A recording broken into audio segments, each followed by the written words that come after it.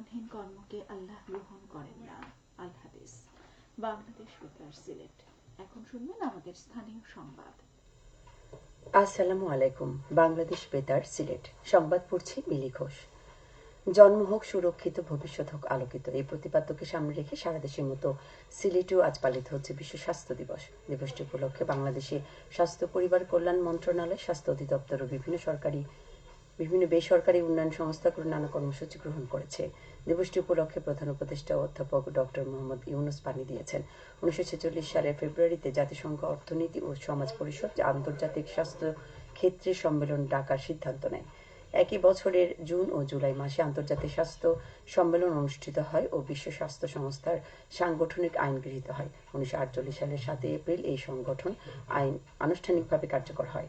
এদিন বিশ্ব স্বাস্থ্য দিবস বলে নির্ধারিত হয়। প্রতি বছর সংস্থাটি এমন একটি স্বাস্থ্য ইস্যু বেছে নেয় যা বিশেষ করে সারা পৃথিবীর জন্য গুরুত্বপূর্ণ। তাই স্থানীয় ও আন্তর্জাতিকভাবে এই দিনটি পালিত হয় বিশ্ব স্বাস্থ্য দিবস। এদিকে দিবসটি উপলক্ষে র্যালি ও আলোচনা সভা অনুষ্ঠিত হয়েছে মৌলভীবাজারে। আজ সকালে সিভিল সার্জন অফিস প্রাঙ্গণ থেকে ব্যানার, ফেস্টুন, প্লেকার্ড নিয়ে বের হয় সচেতনতামূলক বর্ণাঢ্য র্যালি। পরে সিভিল সার্জন অফিসের ইপিআই সেন্টারে অনুষ্ঠিত হয় আলোচনা সভা। এতে প্রধান অতিথি ছিলেন জেলা civil surgeon doctor Mamunur Rahman. সভায় বিভিন্ন সরকারি বেসরকারি হাসপাতাল ও ক্লিনিকের পরিচালক, ডাক্তার, নার্স, স্বাস্থ্যকর্মী, জনপ্রতিনিধি, সুশীল সমাজের প্রতিনিধি সহ 230 জন ব্যক্তি উপস্থিত ছিলেন। স্বাস্থ্য ও পরিবার পরিকল্পনা মন্ত্রণালয়ের সহযোগিতায় স্বাস্থ্য অধিদপ্তর এর আয়োজন করে। এদিকে নানা অনুষ্ঠানের মধ্য দিয়ে দিবসটি পালিত হয়েছে হবিগঞ্জে। এই উপলক্ষে আজ সকালে জেলা সিভিল সার্জন অফিসের উদ্যোগে জেলা সিভিল সার্জন অফিস প্রাঙ্গণ থেকে র্যালি বের হয়ে শহরের প্রধান সড়ক প্রদক্ষিণ করে আবার সিভিল সার্জন কার্যালয়ে এসে শেষ হয়। পরে সিভিল সার্জন অফিসের সম্মেলন কক্ষে সিভিল সার্জন ডাক্তার রত্নদীপ বিশ্বাসের সভাপতিত্বে আলোচনা অনুষ্ঠিত। সভায় জেলা স্বাস্থ্য বিভাগ সহ প্রশাসনের বিভিন্ন পর্যায়ে কর্মকর্তা ও সাংবাদিকরা উপস্থিত ছিলেন। সভায় বক্তারা মাতৃমৃত্যু ও শিশু মৃত্যু কমানোর লক্ষ্যে অধিকতর কর্মসূচি গ্রহণ করার প্রয়োজন দাবি করেন। ঈদে 9 দিনের টানা ছুটিতে সিলেটে বিভিন্ন স্বাস্থ্যকেন্দ্রে 287টি নর্মাল ডেলিভারি হয়েছে। এই সময়ে জেলার 150টি মা ও শিশু কল্যাণ কেন্দ্র এবং ইউনিয়ন স্বাস্থ্য পরিবার কল্যাণ কেন্দ্রে প্রায় 1200 নারীকে গর্ভকালীন ও প্রসবোত্তর সেবা দেওয়া হয়েছে। পরিবার পরিকল্পনা অধিদপ্তর এই তথ্য জানিয়েছে।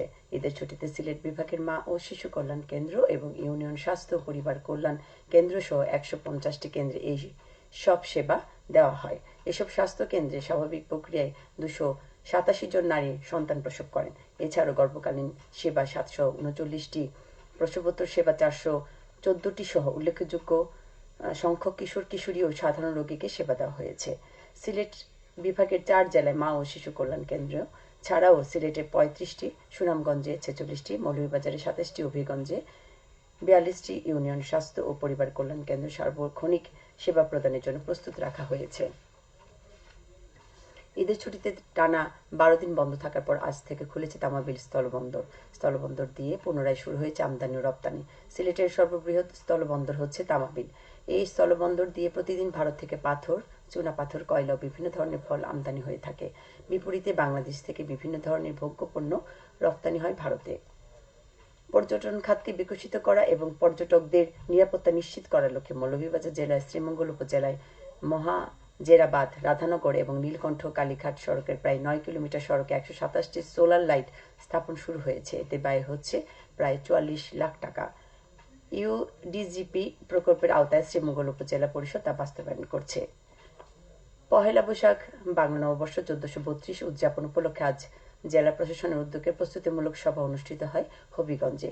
সকাল 11টায় জেলা প্রশাসকের সম্মেলন কক্ষে অনুষ্ঠিত সভায় সভাপতিত্ব করেন জেলা প্রশাসক ডক্টর মোহাম্মদ ফরিদুর রহমান। সবাই আগামী পহেলা বৈশাখ হবিগঞ্জ জেলা প্রশাসনের উদ্যোগে বাংলা নববর্ষ উৎসব পালনের ব্যাপক প্রস্তুতি নেওয়া হয়। ওই দিন সকাল 8:30টায় জাতীয় সঙ্গীত ও এসো হে বৈশাখ গানের মধ্য দিয়ে দিবসের সূচনা করা হবে। তারপর সকাল 8:45 হবিগঞ্জ জেলা প্রশাসকের কার্যালয়ের নিমতলা প্রাঙ্গণ থেকে সার্বজনীন শোভাযাত্রা বের হবে। শোভাযাত্রাটি শহরের প্রধান সড়ক প্রদক্ষিণ করে আবার নিমতলায় এসে শেষ হবে। শোভাযাত্রা শেষে জেলা প্রশাসনের উদ্যোগে সাংস্কৃতিক অনুষ্ঠান, লাঠি খেলা ও কাবাডি খেলার আয়োজন করা হবে। প্রস্তুতিমূলক সভায় উপস্থিত ছিলেন জেলা প্রশাসন ও পুলিশ প্রশাসন সহ সকল দপ্তরের প্রধানগণ। নিরস্ত্র ফিলিস্তিনিদের উপর দখলদার ইসরায়েলের গণহত্যার প্রতিবাদে ঢাকা বৈশ্বিক ধর্মঘট সংহতি জানিয়ে সিলেটে আজ বিক্ষোভ করেছে বিভিন্ন রাজনৈতিক দল, সংগঠন ও শিক্ষা প্রতিষ্ঠান। ইসরায়েলি পণ্য বর্জনের ডাক দিয়ে বিভিন্ন শিক্ষা প্রতিষ্ঠানের ক্লাস পরীক্ষা বন্ধ রয়েছে। সকাল 11টায় সিলেট কেন্দ্রীয় শহীদ মিনার এলাকায় বিক্ষোভ মিছিল করে নার্সিং কলেজের শিক্ষার্থীরা। একই সময় মানববন্ধন করে বিভিন্ন মোবাইল কোম্পানি কর্মকর্তা কর্মচারীরা।